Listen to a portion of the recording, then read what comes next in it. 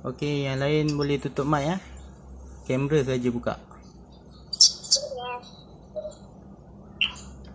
Assalamualaikum warahmatullahi wabarakatuh. Alhamdulillahirabbil alamin wassalatu wassalamu ala asyrafil anbiya'i wal mursalin wa ala alihi wa sahbihi ajma'in. Alhamdulillah, pada musim PKP ni, walaupun kita tak dapat melaksanakan pembelajaran di sekolah, tetapi kita boleh menggunakan platform Google Meet ni untuk membuat kelas secara bersemuka.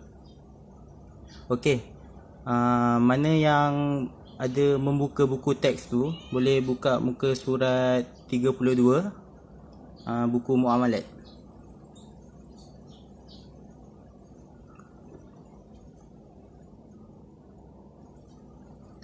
Okey, semua nampak kan skrin yang ada di tentera kat atas tu? Nampak. Okey, alhamdulillah. Okey, kita menyambung kembali pembelajaran kita. Muka surat 32, yakni Ra'sul Al-Mal. Apa yang dikatakan Ra'sul Al-Mal ni? Ra'sul Al-Mal ni adalah modal. Kalau jual beli ni mestilah ada modal, betul tak? Macam kita nak beli sesuatu barang tu, mesti ada wang. Okey, yang pertama iaitu bayaran yang dibuat oleh penempah sebagai bayaran pendahuluan. Disyaratkan padanya dua perkara. Okey, boleh tengok. Yang pertama, jumlah bayaran dimaklumi kedua belah pihak seperti RM100. Okey, kedua belah pihak ni biasanya siapa yang ada dalam jual beli ni? Biasanya pembeli dan juga penjual. Kat sini bermaksud kalau penjual tu menjual barang tersebut dengan harga RM100, jadi dia hendaklah memaklumkan kepada si pembeli tu barang yang dibeli tu harga berapa. Jadi kat sini kita boleh lihat yang kedua-dua belah pihak, pembeli dan juga penjual ni, mengetahui berapakah kos ataupun harga barang itu. Okey, semua faham? Okey, alhamdulillah. Okey, kita sambung yang nombor 2. Bayaran tersebut hendaklah diserah dan diterima dalam masa akad, iaitu sebelum berpisah. Manakala akad tempahan tidak sah jika dilakukan secara hutang. Okey, ini bermaksud dalam jual beli as-salam ni ataupun jual beli secara tempahan ni, kita tidak boleh membayar secara ansuran. Yakni contohnya lah, kita beli almari, harga almari tu RM100. Kita cakap dengan pembeli tu, kita ni pembeli, kita cakap dengan penjual tu, kita kata kita nak bayar sikit-sikit dulu. Kalau macam tu tak boleh. Sebab dalam jual beli as-salam ni, kita hendaklah membayar terus habis. Maksudnya kalau harga barang tersebut RM100, kita hendaklah membayar teruslah RM100. Itu yang dimaksudkan. Okey, kat situ semua faham? Kalau tak faham boleh bertanya. Faham semua? Faham. Okey, alhamdulillah. Okey, kalau tak faham boleh tanya tau, jangan malu-malu. Okey, kita sambung pada yang bawah tu. Al-Muslam Fih. Al-Muslam Fih ni adalah barang yang ditempah. Yakni kalau contoh kita tempah barang apa? Almari ke, kerusi ke. Ni yang dimaksudkan Al-Muslam Fih. Okey, iaitu barang yang ditempah ketika akad atau barang yang dijanjikan sebagai imbalan kepada bayaran modal yang telah didahulukan oleh penempah. Okey, disyaratkan padanya 7 perkara. Kat sini ada 7 syarat. Kalau kita nak beli barang tu, ada 7 syarat ni. Kita kena tepati ataupun kita kena ikutlah syarat ni. Okey, yang pertama. Okey, semua boleh tengok skrin ya. Yang pertama, barang tempahan boleh dinyatakan sifat dan ciri-cirinya. Okey, kat sini bermaksud, kalau contohlah ustaz ni penempah. Ustaz nak tempah barang, contoh ustaz nak tempah almari. Jadi ustaz kena beritahu lah kepada penjual tu, ustaz ni nak jenis almari yang macam mana. Sebab kat situ kan dia ada kata kan, kita kena menyatakan sifat dan ciri-cirinya. Ciri-cirinya ni bermaksud ustaz nak beli almari warna coklat, lepas tu dia punya saiz dia, besar dia macam mana. Kat situ kita sebagai pembeli ni kena memberitahu penjual, kita ni nak almari yang macam mana. Kalau kita beli barang lain, bolehlah kita menyatakan barang yang lain kan. Okey. Kat situ semua faham?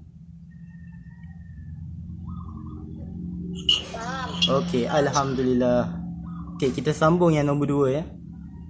Nombor 2, barang tempahan diketahui jenis, sifat, ukuran, kualiti, kuantiti dan sebagainya yang dapat membezakan dengan yang lain.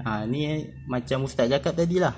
Kalau kita nak menempah barang ataupun kita nak order barang, kita kena memberitahu ciri-ciri barang tersebut. Kita ni nak jenis barang yang macam mana, nak warna apa, nak barang macam almari tu nak saiz dia macam mana, ukuran dia nak besar ke nak kecil ke, macam tu lah. Okey, seterusnya kita pergi ke muka surat sebelah, surat 33. Okey, yang ketiga, barang tempahan tidak bercampur dengan barang lain dalam kadar yang tidak diketahui, tetapi harus jika dapat dipastikan nisbah campuran tersebut dengan jelas. Okey, dekat sini bermaksud contohlah ustaz ada order almari, tapi bila sampai barang tersebut ada bercampur dengan barang lain. Maksudnya ustaz kan order almari saja kan, tapi masa barang tersebut sampai ada juga terselit ataupun bercampur dengan barang orang lain. Kalau kita dalam situasi seperti ini, kita hendaklah menyatakan perkara tersebut kepada penjual. Jadi barang yang bukan kita punya tu kita jangan ambil lah, sebab tu bukan hak milik kita. Okey, kat situ semua faham? Faham? Alhamdulillah faham. Okey, seterusnya kita sambung yang nombor 4. Barang tempahan mestilah diperhutangkan, iaitu hanya dijelaskan ciri-cirinya sahaja dan menjadi tanggungan penerima tempahan untuk menyediakannya. Ini bermaksud kalau kita nak beli barang secara asalam ni ataupun secara tempahan ni, kita hendaklah menyatakan ciri-ciri barang tersebut, kita nak barang yang macam mana kepada si penjual. Jadi bila kita dah memberitahu kepada penjual tersebut kita nak jenis barang yang macam mana, jadi tanggungjawab penjual tersebut lah untuk menyediakan barang tersebut. Macam ustaz cakap tadi, kalau ustaz order almari, contoh ustaz nak almari warna coklat, jadi penjual tersebut hendaklah menyediakan barang tersebut. Tak boleh lah kalau ustaz order almari warna coklat dia bagi warna biru. Kalau macam tu tak boleh. Sebab itulah pentingnya dalam jual beli asalam ni, kita hendaklah memberitahu dulu kepada penjual jenis-jenis barang tu macam mana. Senang cakap, kita nak jenis barang yang macam mana. Okey, sampai di situ semua faham? Faham. Alhamdulillah. Okey, kita sambung yang nombor 5. Barang tempahan mestilah dari jenis yang mampu diserahkan. Sebagai contoh, tidak sah menempah buah durian atau manggis yang bukan pada musimnya, sekiranya barang tersebut pada kebiasaannya mampu diperolehi tetapi tidak berjaya diserahkan dalam masa yang ditetapkan, maka akad tersebut tidak terbatal dengan memberi pilihan kepada penempah sama ada menunggu atau membatalkan tempahan dengan mengambil keseluruhan modal.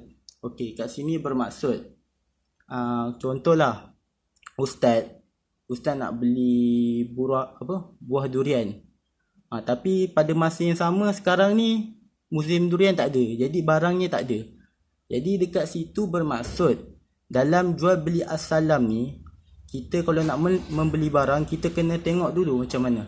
contohlah kalau kita nak beli buah durian tapi pada masa sekarang ni tak ada, jadi tak boleh lah jual beli seperti itu.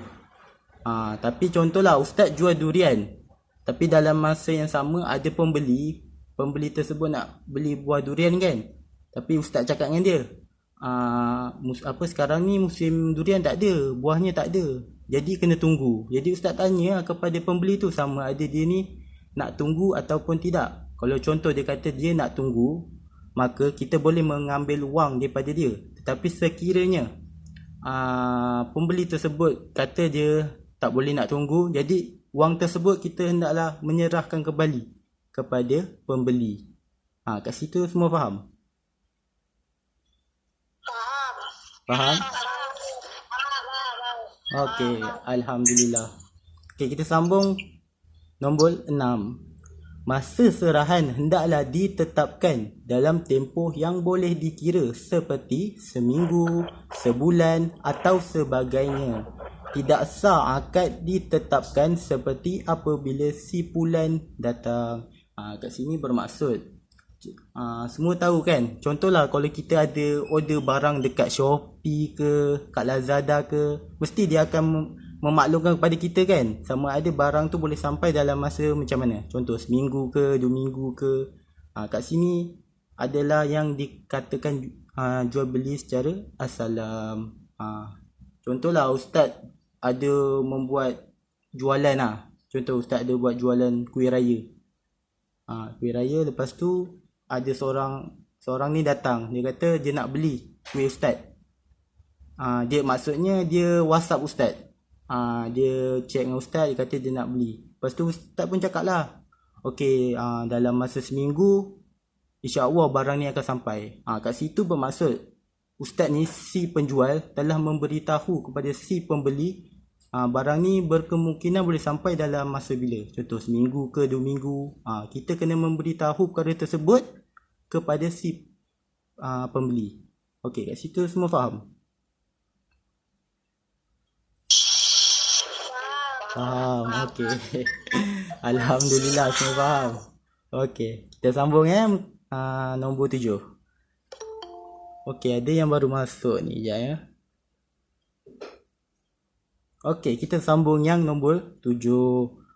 Nombor 7. Tempat serahan hendaklah ditentukan dengan jelas sekiranya akad tersebut dilakukan di tempat yang tidak layak diserahkan seperti di tengah lautan.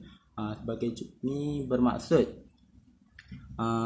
sebagai penjual kita hendaklah bermesyuarat ataupun kita berbincang dengan si pembeli. Kita nak serahkan barang ni contoh dekat mana, contoh ustaz penjual, ustaz kata okey, kalau macam tu saya datang rumah awak, saya serahkan barang tersebut dekat rumah awak. Kat situ dah dinyatakan kita ni nak serahkan barang tersebut dekat mana. Jadi pentingnya benda ni dalam jual beli assalam. Okey, semua faham sampai situ? Oh, betul semua faham Okey, alhamdulillah. Kalau macam tu kita boleh pergi muka surat sebelah kan. Okey, muka surat 34. Okey, panduan menempah barang. Panduan menempah barang ni adalah bermaksud cara-cara macam mana kita nak menempah barang.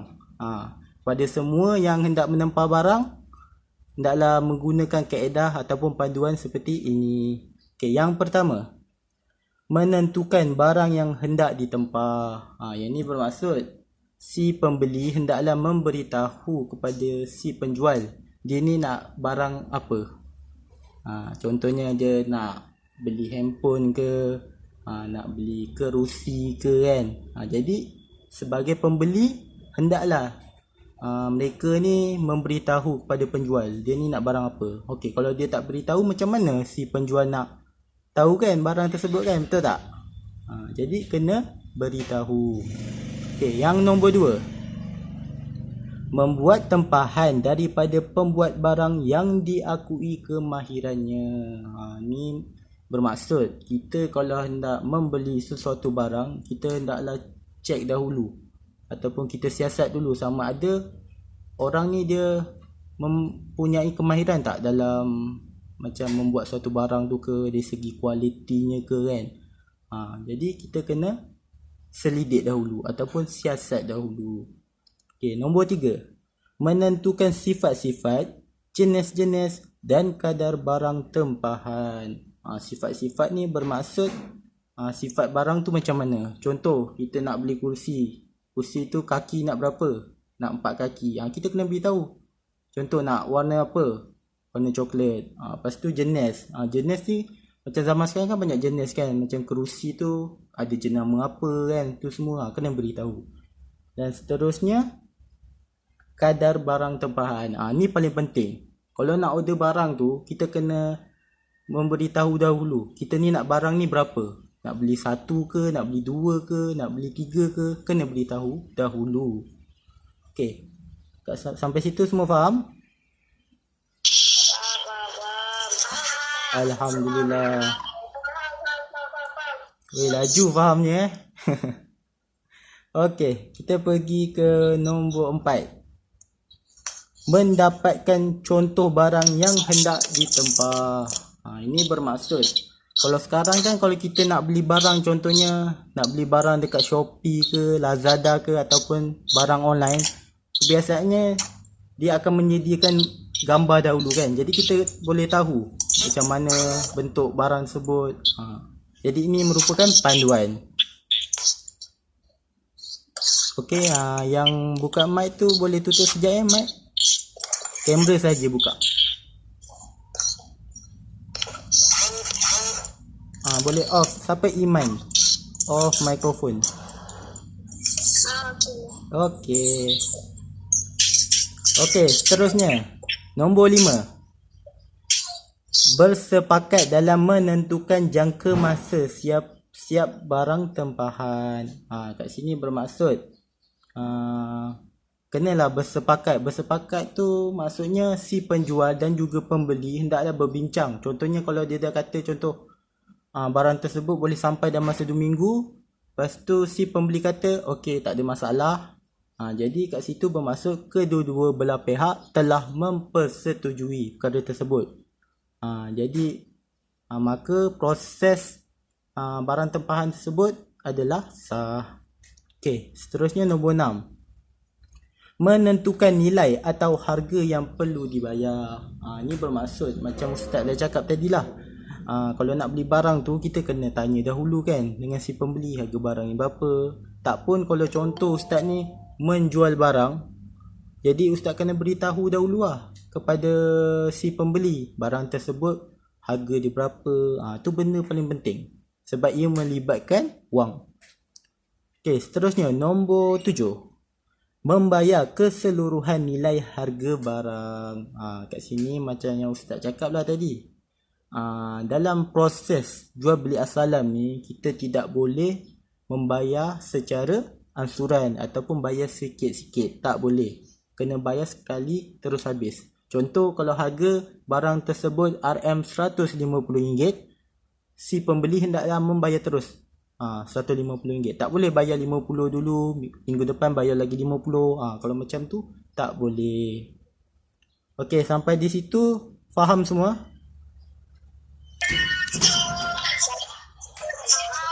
Faham. Alhamdulillah. Okey. Okey, kita sambung pada hikmah jual beli asalam. Okey, hikmah ni apa? Hikmah ni adalah kebaikan ataupun kelebihan kita membuat jual beli asalam cara tempahan ni. Okey, kita lihat dulu apa kelebihan dia. Okay, yang pertama, dapat mengawal mutu barang. Dapat mengawal mutu barang ni bermaksud kita dapat mengetahui kualiti barang tersebut. Sebab dalam jual beli asalam ni, sebelum kita membeli, kita kena beritahu dahulu kan. Kita kena beritahu kepada si penjual jenis-jenis barang yang kita nak, dia punya kualiti. Tu pentingnya. Okey, nombor 2. Memberi kepuasan kepada penjual dan pembeli. Okey, memberi kepuasan yang bermaksud sebab dalam jual beli asalam ni, si pembeli dan juga penjual ada kontak, maksudnya ada perbualan.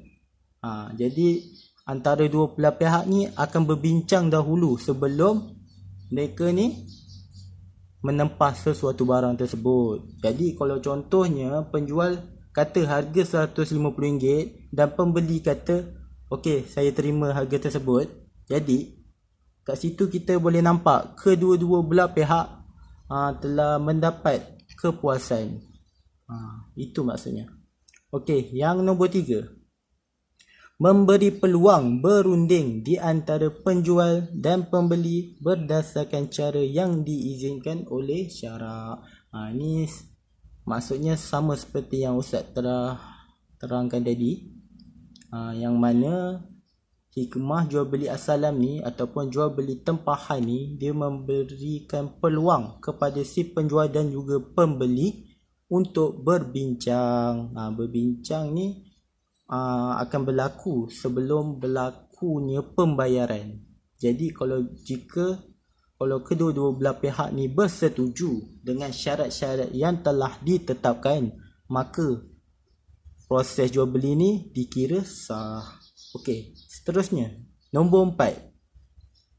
Memberi peluang kepada penjual menyediakan barangan yang tidak ada atau belum siap mengikut kehendak dan cita rasa pembeli. Okey, kat sini bermaksud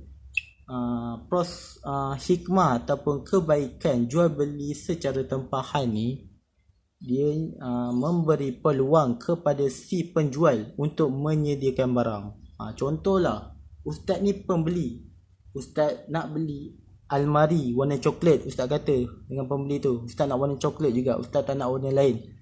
Jadi penjual ni kata stok warna coklat dekat dia punya kilang ni tak ada.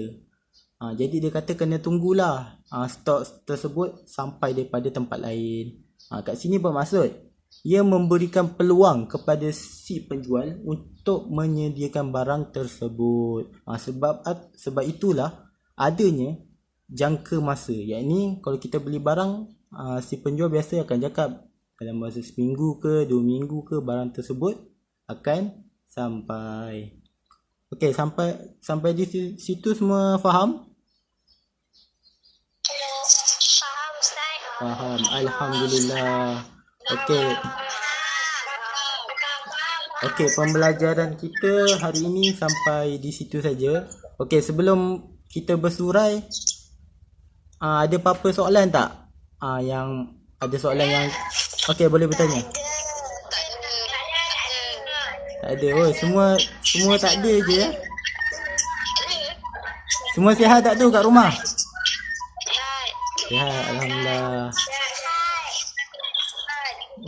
Beraya tak tahun ni? Ke duduk rumah je?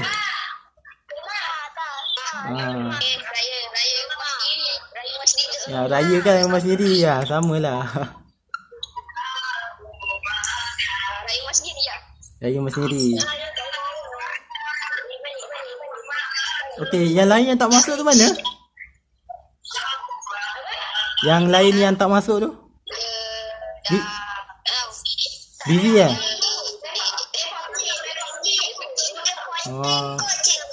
Pontai. Okey, tadi Ustaz punya penerangan dia semua faham tak? Ke ada macam laju sikit ke macam mana?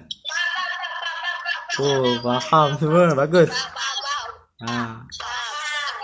Okey, lepas ni Ustaz nak semua ulang kaji balik lah kita punya pembelajaran tadi. Kalau ada yang tak faham boleh WhatsApp Ustaz ke tanya balik. Okey? Okey, Ustaz rasa sampai di situ saja pembelajaran kita pada hari ini. Okey, kita tutup kita punya kelas dengan tasbih kifarah dan suratul as.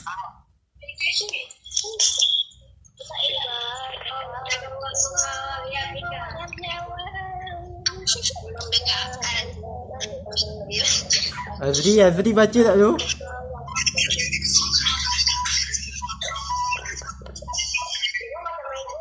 Okey, semua boleh bersurai. Terima kasih kepada yang hadir kelas pada hari ini. Okey, assalamualaikum semua.